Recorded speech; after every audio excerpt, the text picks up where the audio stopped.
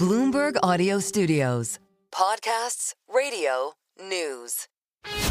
This is Bloomberg Businessweek Daily, reporting from the magazine that helps global leaders stay ahead, with insight on the people, companies, and trends shaping today's complex economy. Plus, global business, finance, and tech news as it happens. The Bloomberg Businessweek Daily podcast with Carol Massar and Tim Stenovec on Bloomberg Radio.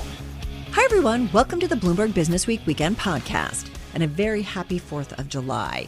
Well, just about 1 week ago, we were live in Southhampton, Long Island at the Uncharted Community Summit. It's an annual gathering of over 500 members of the entrepreneurial community.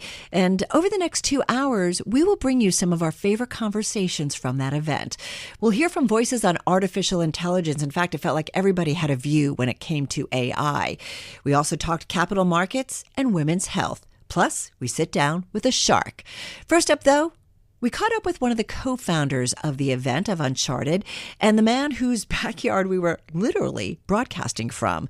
He is Michael Loeb, founder and CEO of Loeb.nyc, who started off by telling us why this event is so important. If you were to take a look in the background, you would see, 600 people talking to 600 other people. It's quite the event, and what we really want to do is foster relationships between investors and companies, between companies and companies, and between CEOs looking for talent and talent looking for CEOs. So I think a good time is being had by all. An event like this, you've been doing this for a few years. It started during the pandemic. It started a lot smaller. How do you? And I heard you say, and your partners say this too, Noah, that he is running into people constantly. You say, yeah, they raised money as a result of being here. Mm-hmm. They found a co-founder here. They found employees here. How do you measure the success of an event such as this in the days, weeks, and months following it? Right. I wish we could, because I should have a VIG on all that. Don't you think? I mean, yeah, you've known Noah for a long time. Right. So, I got to tell you, we do solicit testimonials of exactly the things that you're talking about. We have quite a few of people saying, I met my founder there about 2 years ago. Noah and I get an invitation, and it was shrouded in mystery. And it was 3 women who had us go to an event downtown, and they brought us up on stage. Everybody started to clap, and what that was is these were 3 women, never met before. They were all, elite athletes, and they decided there should be a fund supporting elite athletes, that they had a different point of view, a different sense of how to compete, and they all got along very, very well, and that thesis led to a $50 million fund. So it's that type of thing that really propels us. Well, talk to us about capital. How much is out there for startups? Wow. It's funny. Things go in cycles, as you know. Right. This is not an up cycle for capital formation. Last numbers I looked at, and they're a little bit stale, but down 60 or 70%. Certainly the secondary market, if that's any indication at all, does illustrate that there's a lot of illiquidity looking to get liquid. Right. Not nearly as frothy as it used to be was IPOs, even though that's starting to unlock a little bit. So no, it is hard, and the money does gravitate these days to AI. So you need, if you have So AI, when there is an idea, when there is a startup, that's where it goes. It goes there, right. And what folks don't, I think, really realize or appreciate is the forces at play in venture and venture funding and venture capital, which is, I sometimes call it a beauty contest. And that is because there's one breakout winner in a category, and then all the LPs are asking their GPs, what is your AI strategy? And if the answer is, we think it's a little oversold, we think it's a little bit, frothy, where there's going to be a couple of winners and a lot of losers, we're taking a wait-and-see attitude. The answer is bye-bye, I'm bringing my money to that fund that made that investment. So a lot of pressure for them to jump in. And it's in those situations that, not so good deals are made. Right. So, yeah. Does it, in terms of cycles, does it feel like this AI cycle is different than previous tech hype cycles? And the reason I ask, and look, nobody wants to hear or utter the phrase, this time is different. But if you look out at the private markets right now, you've got sky-high valuations, I think many would argue, for OpenAI, right? For Anthropic, for Perplexity. You have Meta Platforms coming in and dropping billions of dollars to buy 49% of an AI company that barely existed. You have founders being poached. We're talking $100 million signing bonuses for an individual to go to a large company. Right. So I look at my mailbox every day. I'm looking for my $100 million check. Hasn't come in yet, right? To me, it feels different. Now, what does it feel like? I've been around for long enough, so I'm something of the elder statesman here. I've been around long enough that I've seen a few cycles. This feels like the late 90s, and the late 90s was the advent of the internet. Right. And it feels this profound. Now, people can say, well, if we look back 2 or 3 years, it was NFTs, and that was a false positive. And before that, it was blockchain, which was sort of a false positive. And before that, it was cannabis, and before that, it was Bitcoin. And but this one feels real, and this has the possibility of disrupting entire industries. I had breakfast, by the way, with a friend. He has a unicorn. Business is worth almost $2 billion. He has 270 people. And he said, Michael, by year end, it's 120. That's Michael Loeb, founder and CEO of Loeb.nyc, and got to say, a very, very gracious host. We turn now to his Uncharted Community Summit colleague and co-founder, Noah Friedman. He's the CEO of the organization, and he told us why this event is also so special.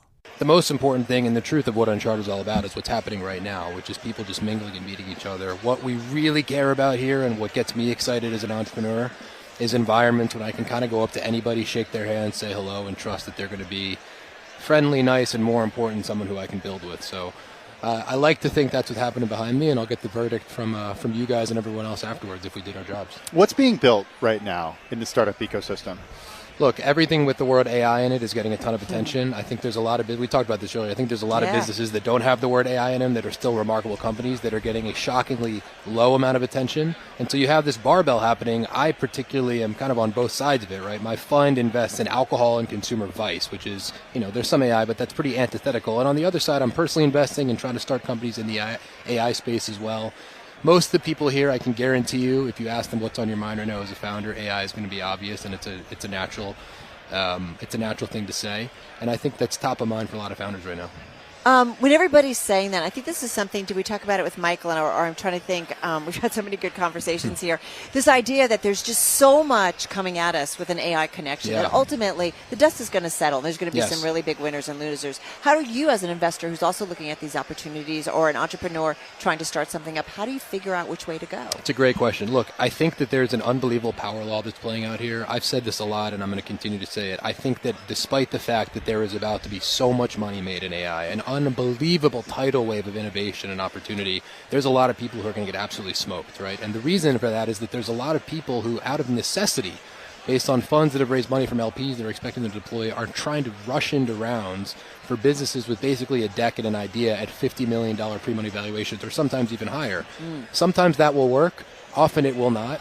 And so I think that you have an interesting dynamic now where founders have a ton of power if they're willing to build an AI, and I think that that plays nicely to the founder. So as an investor, as an entrepreneur, I'm thinking about how I can create leverage out of myself, use AI tools to get more out of Noah, more out of a small team, and create unbelievable levels of efficiency. But I think, like entrepreneurship as a whole, AI really is going to expose people. It's a meritocracy. If you are good enough to figure out how to use AI, there's an unbelievable opportunity at hand right now. There's been a lot of talk of AI today. I want to talk about booze. Let's do it. I'm into it. I'm curious about where you see opportunity right now, because we're seeing a real rise in non-alcoholic beers, non-alcoholic drinks. I mean, it's not weird to go and order a mocktail anymore. It used to be something that like kids did at bar and bat mitzvahs, but like that's actually happening in bars around New York City. What are the other vices and vice-type categories that you're investing in? Because it seems like there's this really movement away from vice. So I'll tell you right now, I have a potentially controversial opinion that the notion of betting against alcohol is a bad idea. I think alcohol for a long time has proven that it's remarkably resilient. This is not the first time, and it won't be the last time, that we hear headlines indicate that no one's drinking anymore. It is just not true. If you take the actual trajectory of alcohol consumption and sales over the last 50 years, it basically was a straight line north every single year, where the only thing we knew is that it was going to be higher next year than it was the previous year. In COVID, it spiked like crazy. Everybody started drinking like fish. and everything went to the moon. And so all the manufacturers made more, the distributors bought more, the retailers ordered more because consumers were buying more. And then lockdowns ended and people said, you know what, I should get healthy. I should try longevity. I should focus on saunas and optimizing my sleep. I think that's a moment in time. I believe in the longevity space, but we've had a slight dip in all-time high, which has created this compression in the market where it's creating all these headlines under the indication that people are not drinking more. It's really just a reset. And if you actually look at the sales in 2024 and 2025, they're higher than they were in 2019. So my personal hypothesis, and we're investing accordingly, is that yes, non-alc is real, it's interesting, but booze is and will continue to be a deeply important part of the American and global psyche, economy, and so many other things. I also think at the same time, nicotine pouches, super interesting, huge opportunity there. We're investing. THC beverages, huge opportunity there. So look, consumers and humans at the most fundamental level put the market aside. They need escapism, they need social connectivity, they need connection, and until there's other commercially reasonable and available things like alcohol and nicotine and THC that can solve for that, there's going to be a lot of money to be made in those spaces. All right, but something like non-alcoholic beer, I mean, substantial growth. Some reports indicating a nearly 415% increase from 2018 to 2024 in retail sales. And mind you, it's coming from maybe a smaller bottom. But having said that, are you not playing in that space, the non-alcoholic space? We haven't yet. I think if I had to guess in my funds, I think we'll make a couple bets in the space. I think it behaves distinctly differently than traditional alcohol and vice. I think there is a market for it. My personal bet is that we are probably near the top. I do think NA beer is going to continue to grow. I think NA beer is probably the best use case for it. I think NA cocktails are a little bit tougher. NA wine's a little bit tougher. I don't quite get it. On the nicotine pouches, I've heard of some of the sort of direct-to-consumer startups like the Lucy's, for example. We're investors. How do you compete with Zyn, though? I mean, we're talking Philip Morris International. We're talking about billions and billions of dollars. Yeah, Zyn is the 10,000-pound gorilla in the room. They have more money than they know what to do with. The reality is, and this goes into a fundamental thesis I have, consumers are inherently promiscuous. I think they're excited to try new things. When you have a market that is and is going to continue to be as big as nicotine pouches are, there just has to be room for more. And so my thesis in bet is that, yes, Philip Morris has crushed it. Unbelievable acquisition with Zyn, and they're doing a great job. By definition, all the other big tobacco players, and even I'm willing to bet that a lot of the booze companies as well, are going to say, you know what, this is a huge market that behaves similarly to alcohol in many ways. We need to play there. Thanks to Uncharted's Noah Friedman and Michael Loeb. Coming up on Bloomberg Business Week, more of our favorite conversations from the Uncharted Community Summit that was held just recently in Southampton, Long Island. It's an annual event. Up next, a serial entrepreneur involved in the early days of the changing fintech landscape. You know, such things as PayPal and Intuit. Bill Harris is coming up next. This is Bloomberg. You're listening to the Bloomberg Business Week Daily podcast. Catch us live weekday afternoons from 2 to 5 p.m. Eastern. Listen on Apple CarPlay and Android Auto with the Bloomberg Business App. Or watch us live on YouTube. This is a special holiday edition of Bloomberg Business Week featuring some of our favorite conversations from the Uncharted Community Summit held recently in Southampton, Long Island. And I got to say, this next guest needs no introduction. Okay, you promised we talk to a serial entrepreneur who has a ton of experience in the fintech space. I want to bring in Bill Harris. He's a longtime fintech executive. He's founded or led several personal finance companies. Think from companies such as Intuit, PayPal as well. He was the founding CEO there. He ran TurboTax. He founded Personal Capital. You remember just a few years ago, that was bought by Empower. Right. So he knows a thing or two about how people are using these apps these days. All right. Now that the event is underway, I'm just curious, anybody you've talked to, any interesting conversations that you've had so far? Well, sure. The most interesting fellow here is, of course, Michael Loeb. And I've known him actually for now, I talked to him just a moment ago, 40 years. Wow. 40 years ago, we worked together in the magazine industry, which, of course, is no longer. But you did a subscription business, right? That Time Warner bought. That's right. But first, we worked together at Time Inc., and then he left to go build the subscription business that he sold back to Time Inc. Kind of fascinating. Can we just go there for a minute? Media, Sure. The changes that we have seen in content, production, where you get it. I don't know. Who'd have thought? I mean, I used to do subscriptions, right, in terms of magazines and various newspapers. We don't do that anymore. Where do you think it's all going? Well, it's... finance and media are the two industries most profoundly changed by digital technology. Yeah. Because they are all just figments of our imagination. And you can create them with no assets, just your mind. And so, what happened, though, is that media, the tsunami of digitization hit media fast, and old media came crumbling down, and new media, obviously, has just done nothing but the upward tilt. It has not yet happened, generally speaking, in financial services. And you still have the same 50-year-old, 100-year-old, 150-year-old firms that dominate. And so that industry is now ripe for digitization. A lot of folks are working to digitize that industry. You've been working in that for decades at this point, but it's a very lucrative industry. It's also very sticky when it comes to the way people manage their assets. They don't want to move advisors. They don't want to move firms. I think especially high net worth individuals still feel like they want somebody to talk to, and that service comes with fees, 80 basis points, 120 basis points. Those fees eat into returns. This is something that you've been working on for years. You did it at Personal Capital. Yes. What are you doing now at Evergreen Wealth? We're doing two things. We're doing wealth management for people who have, let's say, investable assets of $1 million to $5 million. And these are people who don't get the kind of white glove service that people who have $10, $20, $100 million do. And so what they need is somebody who can take the tax and investment principles that the people who have more money utilize because they have tax attorneys and all the rest, and then look for someone who can use technology to make that scalable.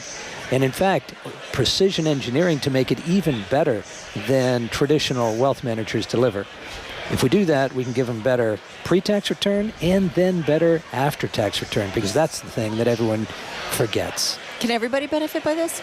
Yes, absolutely. Everyone who has sufficient resources that the tax impact is meaningful. And so a couple of $100,000 to a couple of $1 million, yes, you should absolutely be managing your investment portfolio in a tax-aware way. You're the founding CEO of PayPal. We talk a lot about the PayPal mafia, those folks. We've spoken to Reid Hoffman, David Sachs. These guys really don't need any introduction. Elon Musk, of course, is among them. To what extent are these folks still in your universe right now? Well, for the most part, we've gone separate ways. Even many of the people within so-called mafia. I've moved from Silicon Valley to Miami, so I have sort of a new set of people that I'm working with. Some of them have too. Some have, yes, that's right. And some of them have moved back to San Francisco too. Maybe Texas, some of them as well. Yeah. Okay, so on that and sort of on payments, yes. I thought of you the other day because the crypto firm Kraken yes. is launching this competitor to Venmo and to the Cash App, essentially using the blockchain to transfer money. And I'm wondering how you look at that as somebody who really pioneered technology for sending money over the internet. Is the blockchain, is crypto really going to disrupt that? I think the blockchain is very good for some purposes. I don't have much use for cryptocurrency because we have plenty of currencies that are very good. But the blockchain can do a heck of a lot, particularly on international money movement, because we're looking at SWIFT, which takes at least a day, sometimes multiple days, to get significant money moved from America to Singapore. And with the right crypto networks, you can do it like that. That easy? Sure, and that fast. So it sounds like Western Union gets disrupted in a situation like that. That's what it sounds like to me. Not quite, because Western Union is all about the last mile, and Western Union is doing lots of little payments. And in most of the world, it's actually agents, physical agents, who are taking the money and giving out the money. So that's a very different thing. But if you're doing bank-to-bank payments or business-to-business payments, so the big guys. The big guys. Yeah. So does it happen eventually?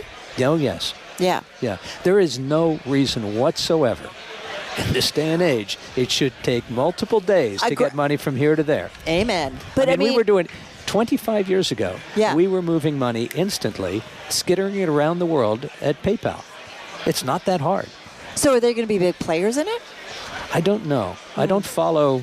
I don't follow what's happening. Yeah. Ripple took a stab at it for a while, but I haven't heard anything about that in a while, so I don't know. Just got about 30 seconds here. I mean, AI is obviously the trend that everybody talks about in terms of its impact. Is there anything else, though, outside of AI, or is it really just about artificial intelligence, which is not a new thing, but it's certainly on a different level today? Yeah. So I'll just say quickly, in what I'm doing, Evergreen Wealth, we're doing two things. First of all, we're using AI to revolutionize how financial advice can be delivered. But the other important thing we're doing is bringing tax considerations into investment management, because it's not what you earn, it's what you keep that counts. That's former PayPal CEO Bill Harris speaking with us at Michael Loeb's annual Uncharted Summit. Another guest we heard from at the event, Allie McCartney. She is Managing Director, Private Wealth Management at UBS, and she started off by telling us why she comes to this event. So UBS and I traffic at the intersection in liquidity events and in individuals. And so what does that mean? That's entrepreneurship. And so one of the beautiful things about this event and about our partnership with it is Michael Loeb opened by saying, this is a celebration of entrepreneurs and entrepreneurialism, right? And so if you go through all of the things that are happening in our world today, all of the trends, deglobalization being a big one, right? Where does wealth come from in this country? It's intellectual property. It is 6 million businesses founded last year. It is being at these events and having funders and founders meet, providing very valuable networking opportunities. And for us to be able to be supportive of that community full stop is really the bread and butter of what we do at UBS. Does it give you new opportunities to bring new money into your firm? Or is it more like, okay, when I'm allocating my clients' assets, I'm thinking about these alternatives because I talked about these types of businesses with people at this conference? So yes and yes. I would say there are three things it does. It is certainly, a prospecting, rich environment in terms of there are people here who, obviously we know the numbers of the success of startups and franchises, but some of these people are going to be the next unicorns, right? So there's that. The second is it allows me to learn about AI or why the founder of Tesla, founded Tesla and what he's thinking about now. And then the third thing is it allows me to find new opportunities for myself and my clients to be outside of this environment, both educated and proximate to the new trends that are driving sort of where the puck is and how we'll invest, for sure. It's funny you see the founder of Tesla, because Elon Musk was not actually the founder, was he? So it was very funny because the first panel was someone who's just spent 7 months in the White House. Yeah. And so Elon Musk was the topic of conversation there. And then the next man after was the founder of Tesla, who Martin Eberhard, who very elegantly decided not to answer that question. What's funny, too, is, and I think about wealth management, you do have, I'm assuming as clients, a lot of folks that are founders, and whether they're looking to sell their company, find a deal, or maybe you have other clients who have money they want to put to work and they want to have a piece of a company. A lot of that is what goes on, right? Oh, a lot of that is what goes on. So I think, if you think about the path of a founder, of an entrepreneur, right? You have an idea, there's something disruptive, there's some challenge or problem you're trying to solve in the world. And, we were learning today that most people self-fund that by using credit cards, personal assets, and their 401k, right? They make less than $100,000 for years and years and years. And they are just so embedded in their company and the mission and the branding that they're not thinking about the tax consequences, whether they can take advantage of qualified small business stock. Could the business be stuck in a marriage in court and decided by the state of California or Florida if they don't have a prenup? So what we do is we say, look, if you are extremely successful, you're going to get to a liquidity point where some lawyer or some general counsel or Anderson Tax is going to say, have you talked about the planning and the this? And at that point, you can maybe add a couple % of value. But if you can find these people as they're stuck in what I call the valley of death, sort of that middle part of building a business, and you can get an hour with them just to say there are a couple things we can do from an investment perspective, an entity perspective, and a tax perspective, that if you are as successful as you think you are, you can protect yourself and investors, and you can make your net much bigger than what it would be otherwise.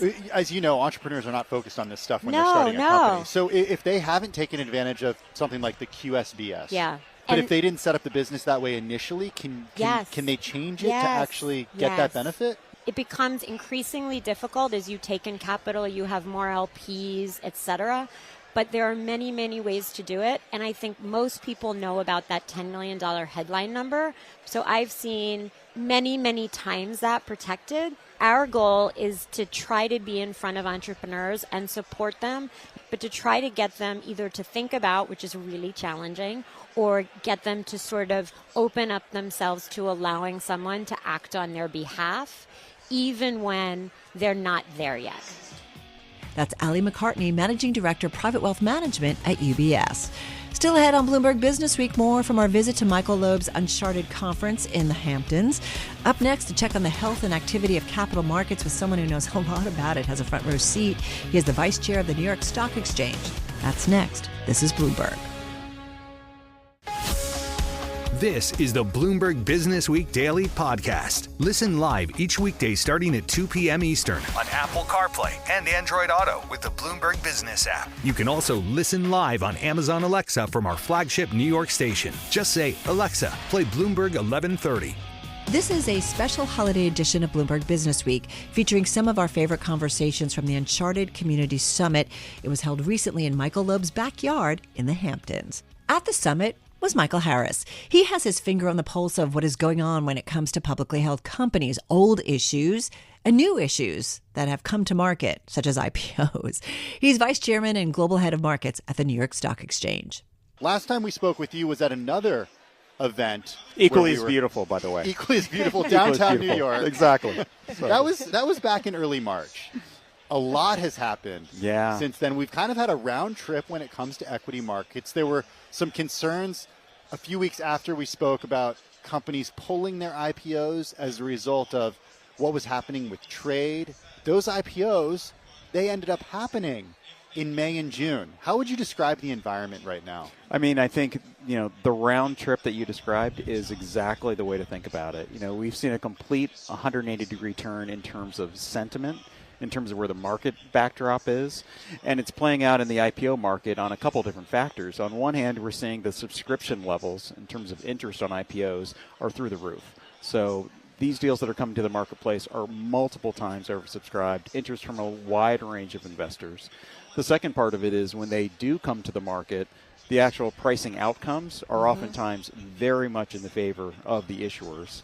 And then the third part of it is the performance, which you mentioned just now. The performance on day one, the follow-through in the aftermarket, all the way through the offer to today's performance has been absolutely phenomenal. So that really keeps the cycle in terms of investor interest continuing to go. Right. And so what we're seeing that play out is really in our backlog. So we see a very active summer, we see an active September, and we think it's going to be a very active 2025 going forward.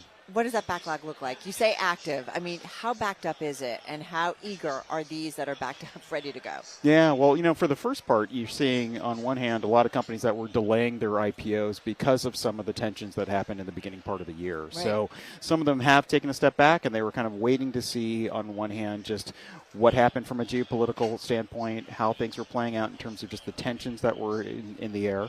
And also they're waiting to see from the investor community what the reception was going to be for some of the more recent crop of IPOs. So we've gotten those results. Those results have been, in many cases, much better than they thought they would be. And so they're now ready to push forward. The other part of it is what we're seeing now is a much more diverse array of companies that are going public. When you and I talked, we were talking about who would be the most likely companies to go public, and they would be likely the more defensive names. Now we're seeing that start to broaden out. So our pipeline looks more diverse than it was back in March. It looks also for larger companies that are also going to be coming. So really, in all respects, it tends to be a very healthy outcome. How has that pipeline diversity shifted in recent years? I remember when I spent 3-4 years working from the floor of the New York Stock Exchange as a reporter. And there was a period in 2017, 2018, no joke, no exaggeration, almost every other day, there was a Chinese company going public in the United States. These were companies we had never heard of. There were companies that we haven't heard from since. I mean, it was really, really wild times. Then there was this crackdown on a lot of these companies that were listed from China in the U.S. Yeah. Has that business completely dried up for you? I mean, Shein is filed confidentially to List in Hong IPO Kong. in Hong Kong. We saw that today. Yeah. You know, it's interesting. There's still a class of companies that are, for the most part, micro-cap in nature. A lot of them domiciled in China that are still coming public. That's a class of companies that, quite frankly, we at the New York Stock Exchange really don't look to. Some of our competitors tend to focus on that market, and we've seen a number of articles, whether it's from the Wall Street Journal, Financial Times, or others, that have really pointed to some of the problems that have become as a result of that. So that's not something we really focus on, but we are still seeing some of those companies come to the public markets. But I think there's some challenges with that, and there's going to probably continue to be challenges with that going forward. But still out of China? Some. Are they choosing to list in other areas of the world? Yeah, it depends a little bit on market cap. It depends on the sector. I think what you are seeing is a bit of a preference for many companies just for liquidity. So the U.S. market still continues to be a place where they would like to list. But for larger names, the home markets continue to be also very attractive. Cattle being a great example of that early in the year. Shein looking to Hong Kong relative to London. So depending on the name, depending on the sector, depending on the specifics of those companies, home markets can also be a very viable alternative too. Michael, in some of the cases with the IPOs, we've really seen quite a pop on that first day of trading, right? That's a good sign. We want to see that. As certainly a company that's going public wants to see that. But it always begs the question, were they too conservative in, the numbers that they put out there? I am curious, what are the conversations that you're hearing from those folks in those companies that are looking to go public? Would they rather be a little conservative going in and making sure that that's a good first day of trading? Yeah. I think when you talk to people in the world of IPOs, whether they're bankers or lawyers, it's often talked about being more of an art than a science, and I think there is a little bit of truth to that. Yeah. There's a balancing act that always has to happen. And also companies that are investors, rather, they're going to be supporting the company from a liquidity perspective. And there's a balance of the two in the aftermarket. And the reality is, until you actually get to that stage where you're in the pricing room and you're actually confronting with management in terms of what the dynamics look like, it's sometimes tough to tell. And so I think the underwriters do a great job of being able to offer what those trade-offs are going to be to management teams. Ultimately, the management teams are the ones that have to make those really tough decisions. But I always think about it in terms of the IPO process. Ultimately, it's a day one event. Right. And really what management teams, what their stakeholders need to focus on is really trying to set up a company for success over the long term and not focus on necessarily the day one performance. Obviously, you want a great pricing outcome, but really you're managing this company for the long haul. It's not really just for the day one IPO event. Can you give us an update on the New York Stock Exchange Texas? Launched this year. We talked about it back in March. Mm-hmm. Yeah. We have multiple companies that are now listed there. We have a fairly healthy pipeline of companies that are going to be going listing on the exchange over the next several months. We are very close to signing a lease in Dallas. It's really continuing to take on momentum, and so we really are excited about it. Do you think it's perhaps a hedge in New York City losing its place when it comes to capital markets? And I ask this, kind of came into sharp relief this week with, I think a lot of people would argue, with what happened in the Democratic primary for the mayoral election. We certainly have a lot of outspoken billionaires who've talked about concerns when it comes to capital markets here in New York and the position of New York City as being the epicenter of Wall Street. Mm-hmm. Yeah, I mean, for Texas, the way that we've thought about it is when we look at our own listed community and we look at the number of companies in terms of where they're domiciled, Texas really stands out. It tends to be the area where we have the most number of companies from a really diverse range of sectors that are represented. And so when we kind of really thought about it from the perspective of what Governor Abbott's doing to try to make sure that the ecosystem of companies within Texas is vibrant and, it intersects with a lot of what we're trying to do in terms of getting a great environment for our own listed community, it really made sense. So we think about this more from the long-term perspective of offering the best environment for our listed community, less in terms of like a short-term strategy in terms of what might be happening in the New York ecosystem. So we still are big believers that New York continues to be a great place for capital raising and also for companies to be domiciled. But longer term then, does it expand the model? It's hard to know. It's really just focused on kind of where we see the greatest opportunity for our community right now. But we're always for forward thinking in terms of really trying to see where the greatest opportunity results for our community. That's Michael Harris, Vice Chairman and Global Head of Markets at the New York Stock Exchange. We also caught up with a shark at the Uncharted Community Summit on Long Island. Damon John is the founder and CEO of FUBU. And of course, he's also a shark on ABC's reality show, Shark Tank. We spoke about how hard it is to start a brand. It is not easy. Is it getting any easier, or is it harder? And I feel like it's an environment where anybody can almost have a brand. I do think it's getting harder. I think because you have to find this niche audience, but not only do you have to create the brand itself for your product or services, but you as a CEO and a founder have to be a brand as well. What does that mean? Well, that means that people would not only want to know why they're investing in the brand or the product or buying it, what story does that brand or product have, as well as founders. Who are you? You know, I always say on Shark Tank that, you know, none of us are original. I mean, there's a million real estate agents. There's only one Barbara Corcoran. A lot of people own sports teams. Mark Cuban, clothing line. You know what I mean, people? We had created personal brands, and then our brands now walk into the room before we do when we want to raise capital, when we want to make decisions, when we want to defend the fact that somebody's saying negative about our brand and our company and affecting our payroll and our amazing staff that works for us. Do you think you could create FUBU today? Absolutely. 100%. But today's it's FUBU, a completely different environment. Today's FUBU would be a different, right? It's not new to have 4 young African-American men designing for their own market. So what would FUBU be today? I would probably do more of the Avon, type of thing where I would have 1 male, 1 female in a college and a high school. They would get probably about $1,000 worth of FUBU on credit for about $300, probably underwritten by hopefully somebody great.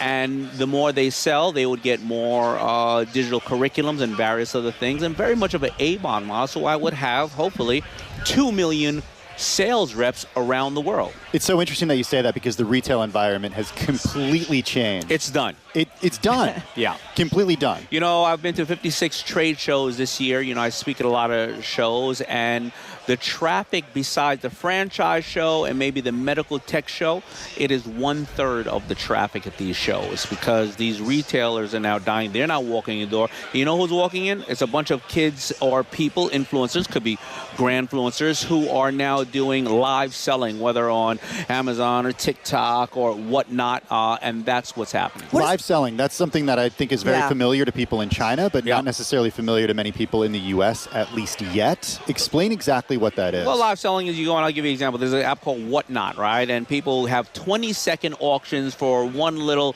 device, or let's say a piece of makeup, right? Sells for about $12, right?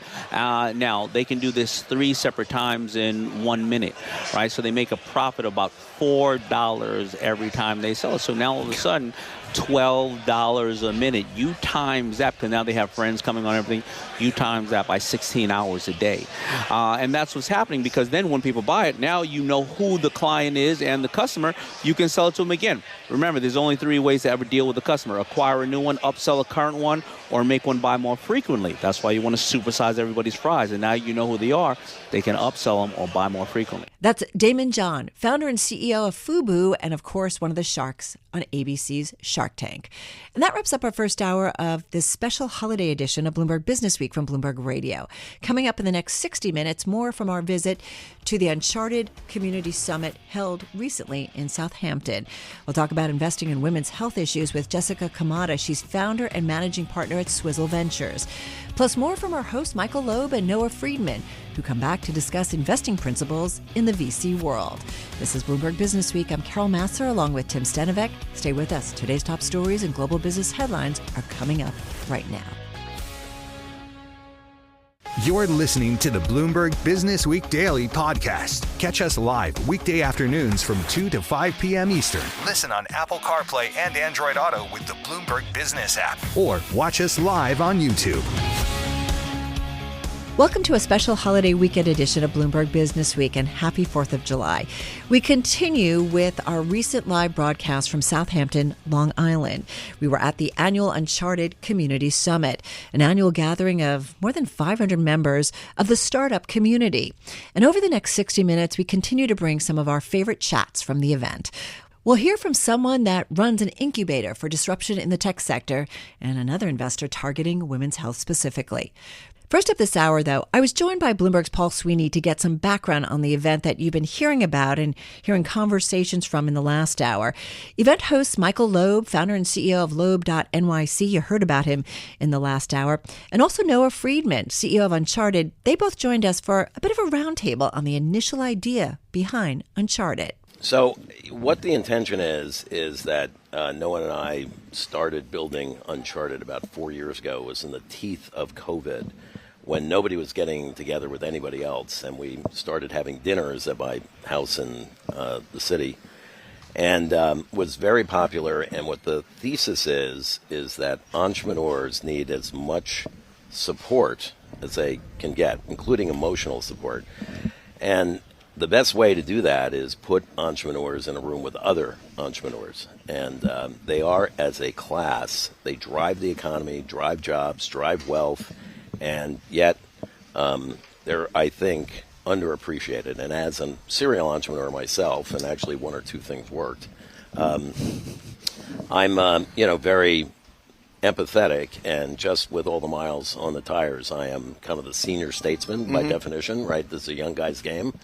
I say that I have the privilege of working with people half my age and twice as smart. I used to say that. Now it's 3 times as smart and 1/3 my age.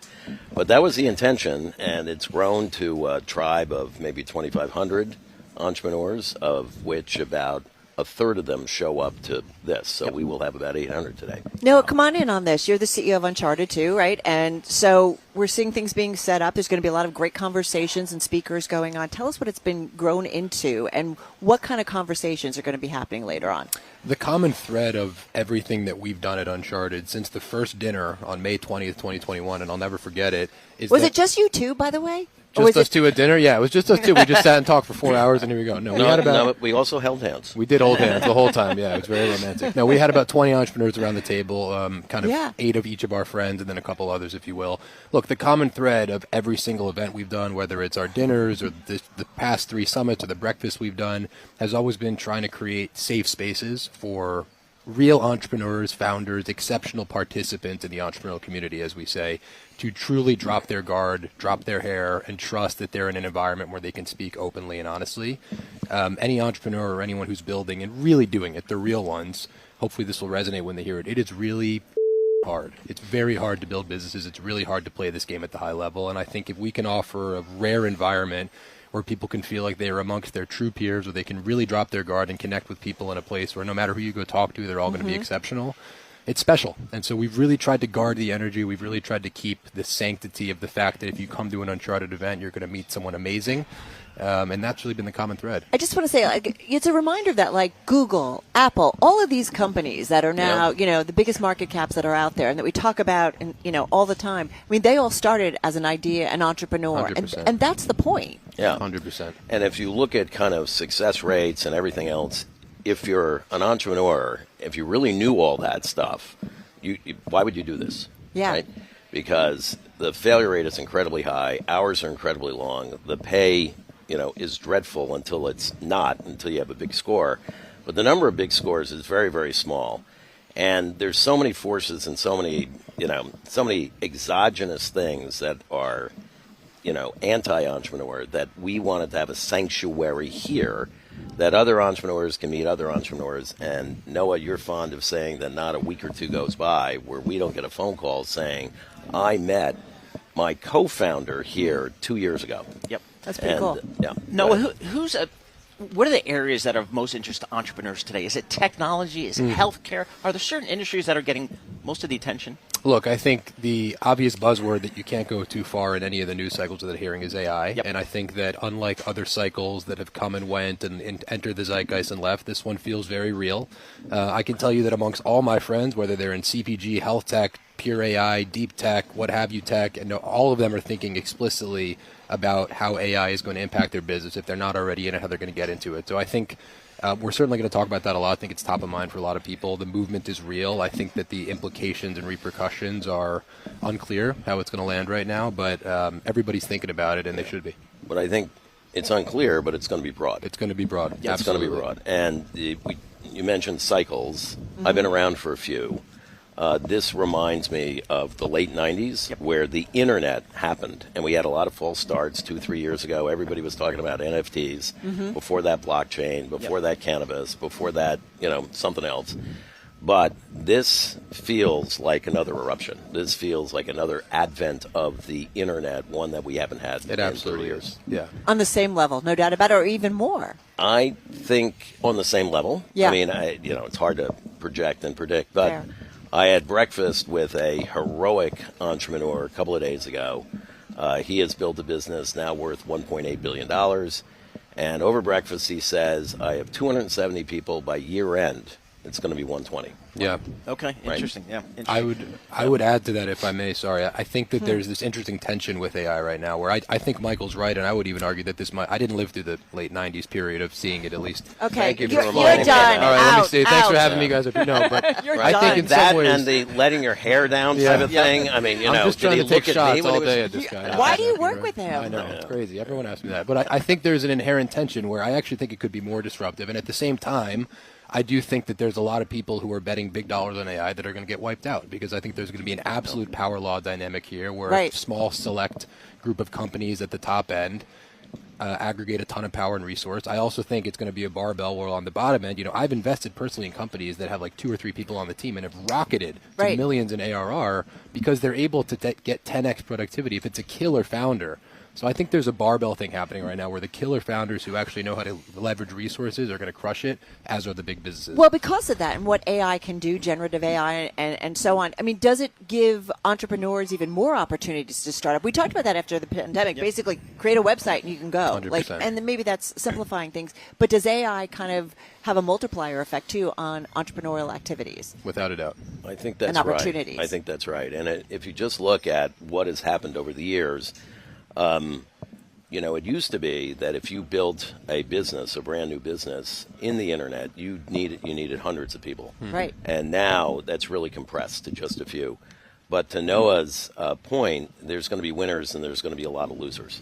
And it's very hard to predict. Michael, talk to us about monetization. I'm not seeing a lot of IPOs. I'm not seeing a lot of M&A. How do these great entrepreneurs monetize the value they've created? That's a great question. I would say that everything you just mentioned is part of a cycle, and we're just in that type of cycle where everything is a little bit bollocksed up. But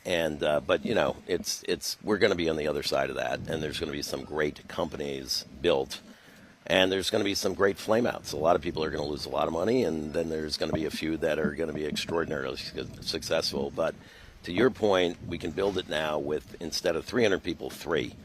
And there's been predictions that there's going to be a unicorn with all of 3 people. Seriously? Yeah. I buy that. Yeah. Okay, that kind of makes sense. And we've started to see IPOs actually in general come to market, and it's a much more favorable market. I got to ask you, I think we'd be remiss, of the macro that's going on and different policies in the world being upended in geopolitics. What does that do for the entrepreneur who's trying to, we know it can be lean and mean in the beginning when it comes to a startup. What about some of these macro issues? What would be more helpful to them? What kind of environment? Well, anything that helps with capital formation, anything that kind of reduces regulation.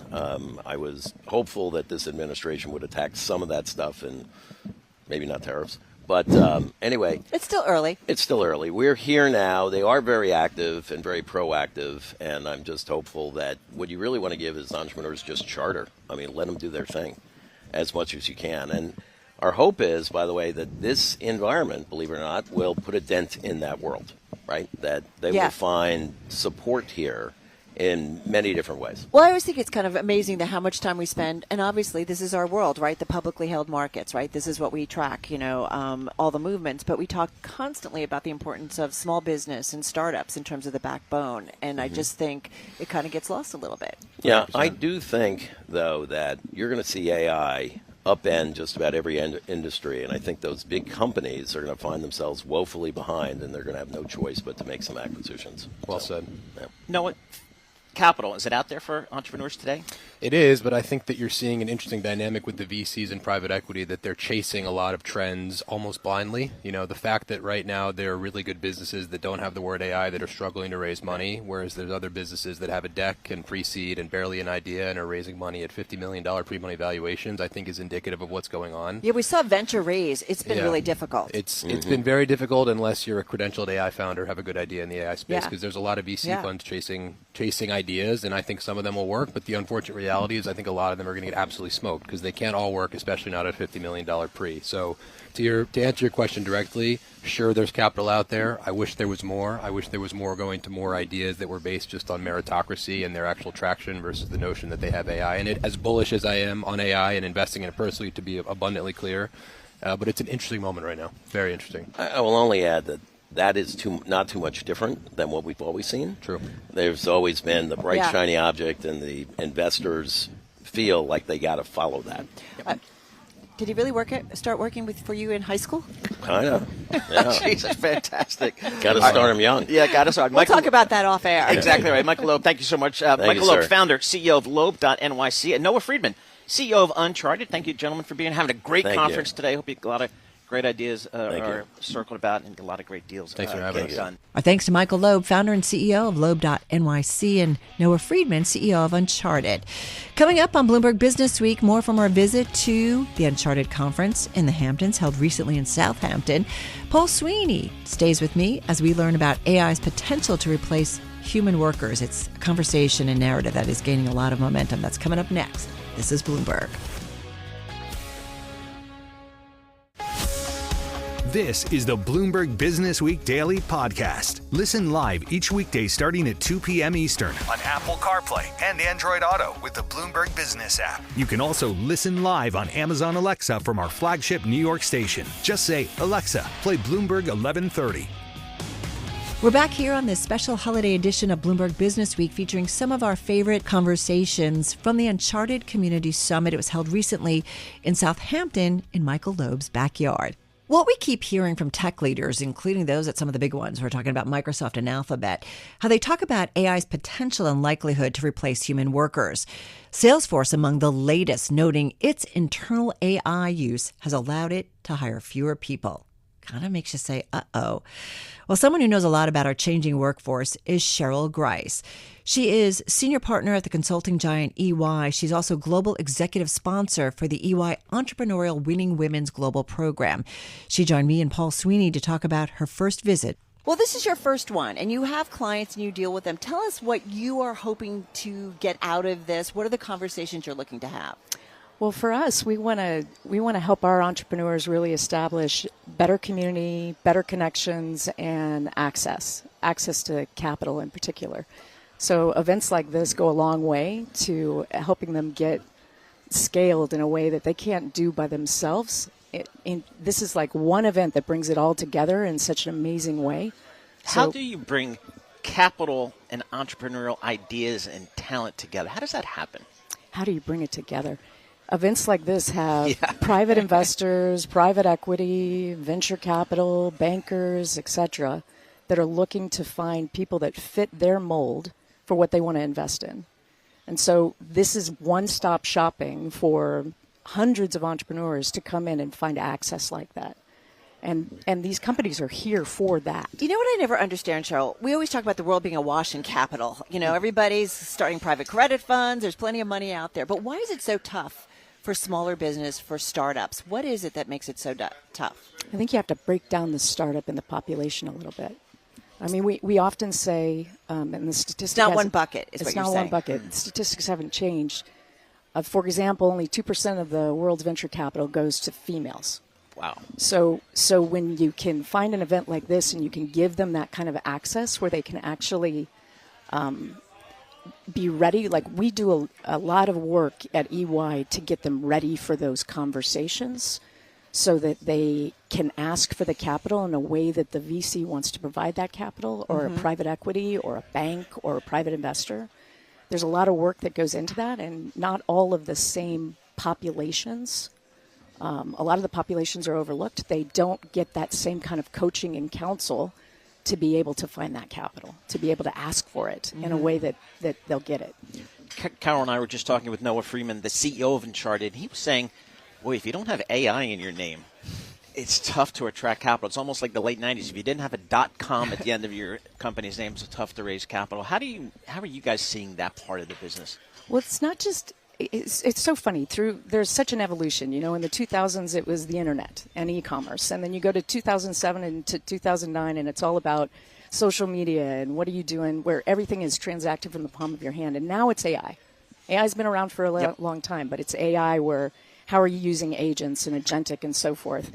To us, digital is a growth engine, but inclusiveness is also a growth engine. So it's not just about digital. It's about the communities that you're getting to be able to bring digital to life.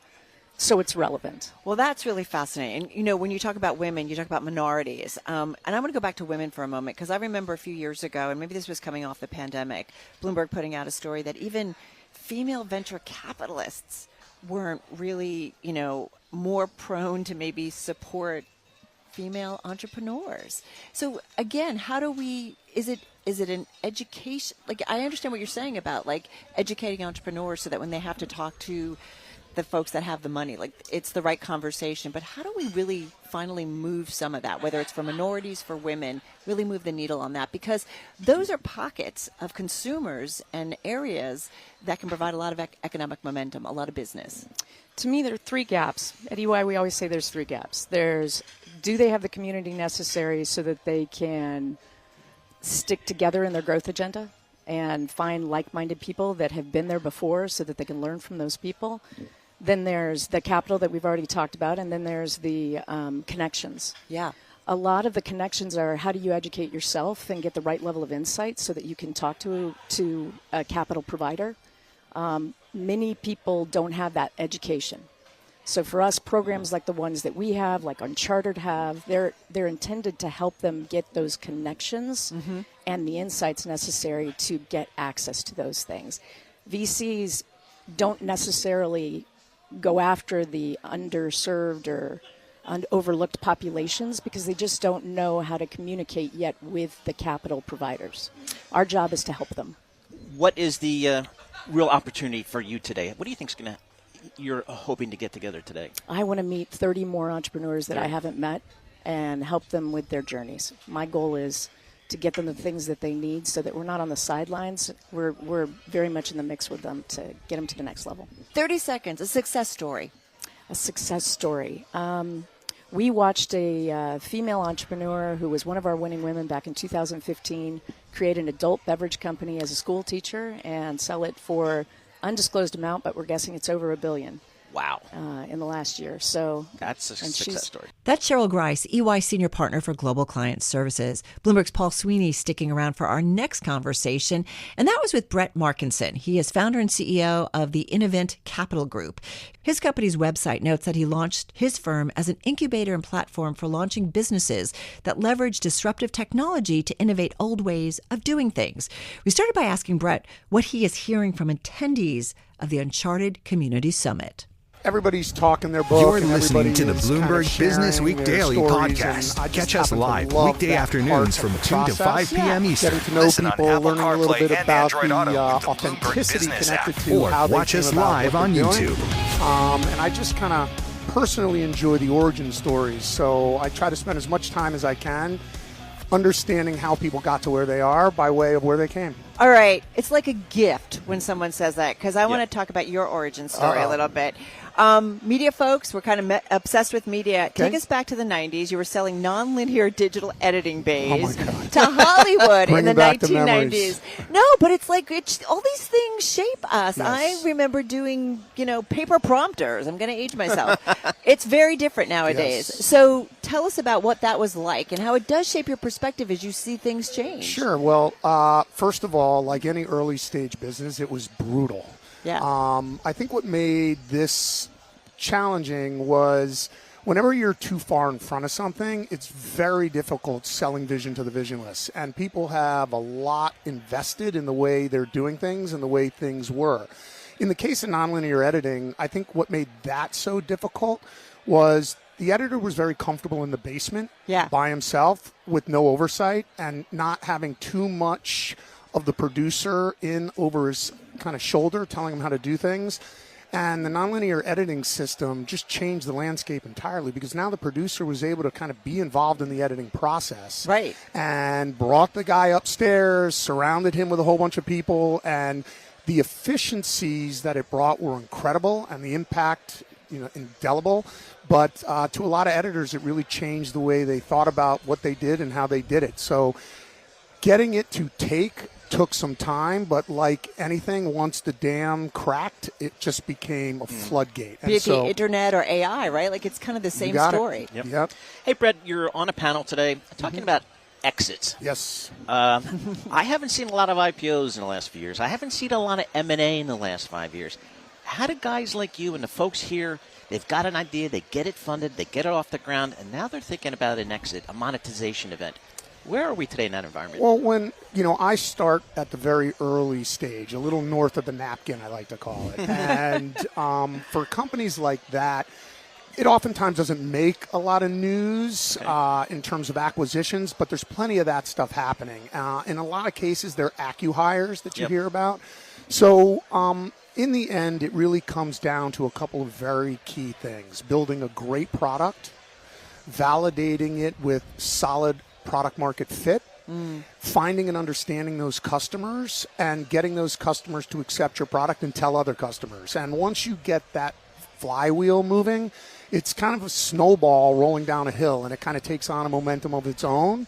And if you reach that capacity for your business where you are growing and need help, capital finds you, and as capital is hunting for you, so are other larger businesses that want access to your customers and want access to what you're doing. So at the very early stage of things, it's not too difficult to be able to find exit opportunities. It just depends on whether or not you're able to find product market fit and demonstrate that. How often, though, is it for an entrepreneur, Brett? Is it just tough for them to let go after they've started a company and they realize it's time for them to either sell, merge, in order to take it to the next level? Like, how difficult and how often does that happen where it's just time that they need somebody else? Yeah, it's an interesting question, but I think the answer is emotional. Yeah. And I think people with high EQs are capable of seeing that they're in over their head, or to get to the next level, they need competence beyond their capability or skill set. And for some, they just can't see the forest through the trees, and it becomes a very emotional thing. You have a whole persona and identity that has been formed around this thing that you brought to life. I oftentimes think about startups as giving birth to a child in the ICU. Wow. Yeah, that's tricky. And it is, your kid's in good hands. All the appropriate people are there on a 24/7 basis, but it's still touch and go. That's Brett Markinson, founder and CEO of Innovent Capital Group. Still ahead on Bloomberg Business Week, more from our visit to Michael Loeb's Uncharted conference recently in Southampton. We'll hear about investing in women's health and how Washington policy might be impacting all of that. That's coming up next. This is Bloomberg. You're listening to the Bloomberg Business Week Daily podcast. Catch us live weekday afternoons from 2 to 5 p.m. Eastern. Listen on Apple CarPlay and Android Auto with the Bloomberg Business app. Or watch us live on YouTube. We're back here on our special holiday edition of Bloomberg Business Week, continuing to highlight some of our favorite conversations from the Uncharted Community Summit, which was held recently in Southampton, in fact, in Michael Loeb's backyard. We turn now to Jessica Kamada. She's founder and managing partner at Swizzle Ventures, a new venture capital firm that's raised a fund to focus on women's health, caregiving, and financial health. We started by asking her what she looks for in a company before deciding to invest. We're looking at really the course of a woman's lifetime and investing in companies that advance women's health and wealth through pivotal life stages. We see three sectors as really filling the gaps for women over those life stages. So healthcare, physical healthcare, caregiving responsibilities on the elder side, and early child care, and then financial health. I want to say good. Because especially when you get just down to medical health and healthcare, it's just so behind, even R&D, and it's just amazing even – I don't want to do a blanket statement about professionals in the field, but I just hear over and over again women who go in and it's just things are ignored, said it's not anything, and things that turn out to be things. So how can you through VC, venture, and investing kind of change some of that? Yeah, absolutely. I think it's a little known fact that we only have 34 years of women's health research. We were only included in clinical trials since 1993 when NIH mandated that. It's insane.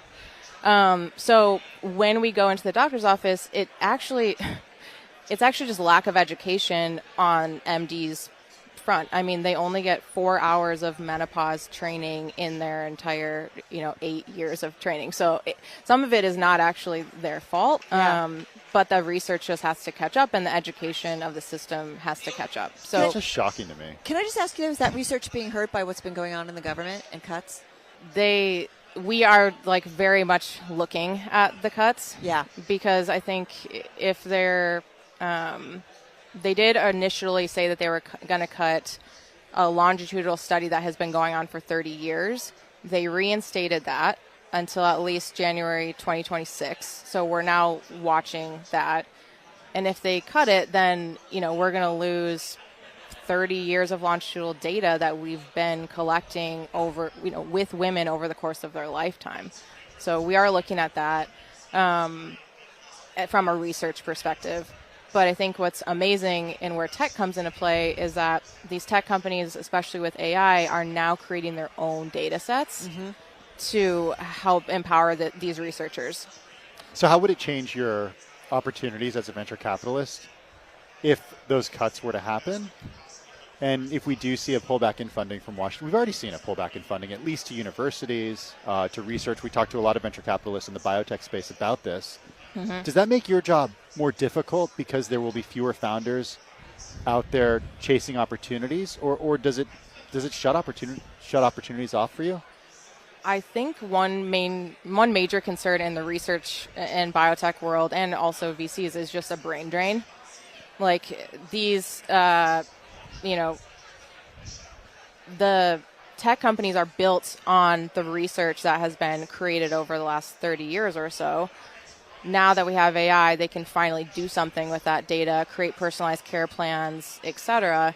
But if the underlying data is not there and that doesn't progress, then it's a lot harder to build on top of it. And funding research is not really in the VC model. So we can only fund the companies that are built on top of that research.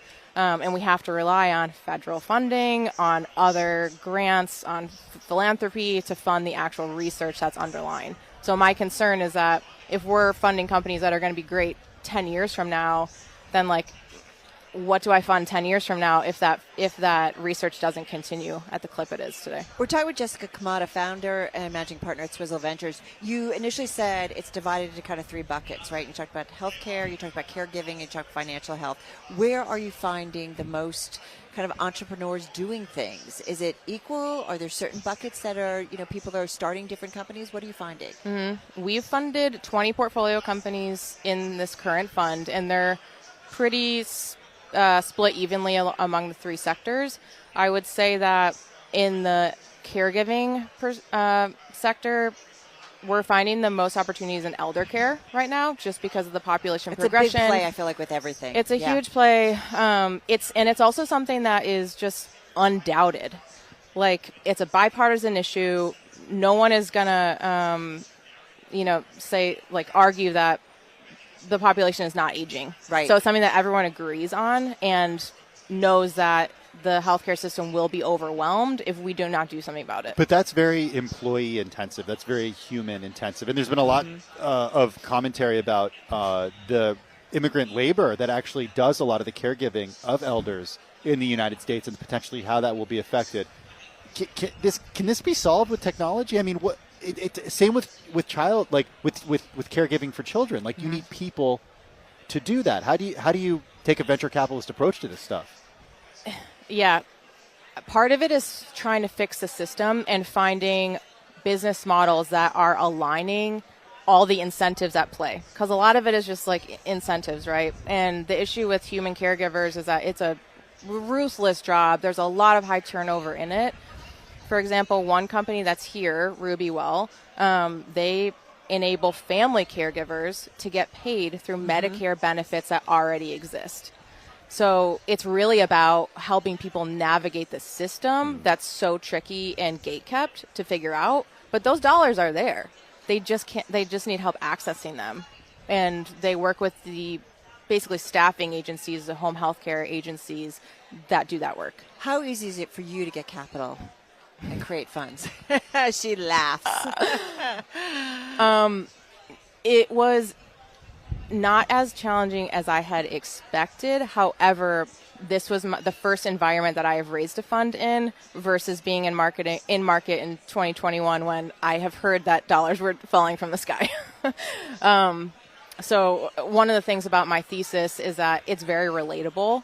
Every single human has struggled through a pivotal life stage, be it a man or a woman. Right. And I think that relatability has helped me for investors to understand what I'm trying to build. But even women specifically, like, is there always, it's a little trickier, right? When it's a little trickier. Women's issues, I feel like. It's a little trickier until you dig in to explain the economic opportunity. I mean, investing in women's health is a $1 trillion market, $320 billion in the U.S. alone.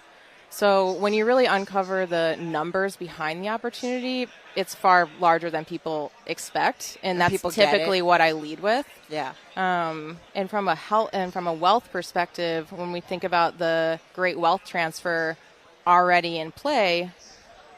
Yeah, go ahead. Well, I don't mean to sound glib, but if you were to sort of look at the categories that might be the least challenging to disrupt through venture capital and through funding companies, it wouldn't be these categories. I mean, these are categories that are ripe with regulation. Yes. They're categories that aren't necessary. It's not like you're creating an app. You know, sometimes you are human capital intensive though. Like this is a really challenging space. I think am I wrong about that? Like I know. To us? No, but no, you're not. But like all venture capital stuff. Thanks, Carol. But like all this is really tough stuff. But it's like you see the way money's flowing for like AI agents and like companies that are built on ChatGPT. That seems to be the path of least resistance right now. So I was at a consumer AI summit, and a lot of the companies were creating connecting you to the right clothes and like things that are really fun. And there does need to be fun in consumer. AI does need to be fun to use, but it also needs to be helping like very foundational human things. And it can do that as well.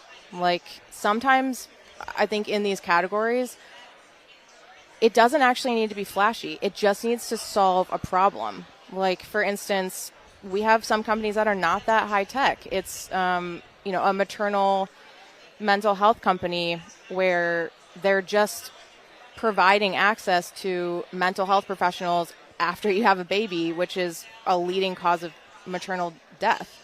And it's like, it's not that hard of a concept, and it doesn't really require AI. It's just filling a need that didn't exist before. And there are so many more of those in women's health and these categories because they've been so overlooked and underinvested in. So yes, we have fancy AI companies like investment platforms directed at Gen Z, or like hormonal monitors that you can do at home. But some of them are not as high-tech, and they don't need to be. What would surprise somebody about investing in this space? I know you talked about the economics, which I thought was really kind of telling some of the numbers, right? Because when people hear that, they're like, oh, I get it, right? This is a really untapped marketplace. Why aren't we doing more? But I'm just curious. As you've been, like, talking to entrepreneurs, thinking about, initiatives specifically that fall into, women's fields.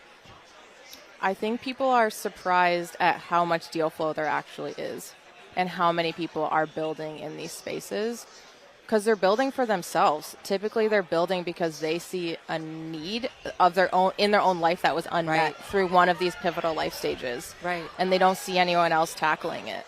and so they go for it themselves.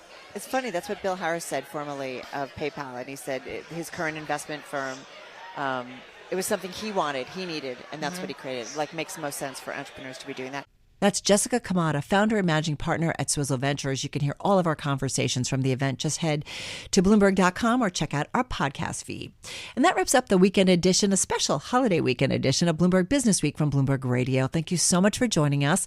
Be sure to tune in to Bloomberg Business Week daily, Monday through Friday, starting at 2 p.m. Wall Street time on Bloomberg Television, Bloomberg Radio, and on Sirius XM Channel 121.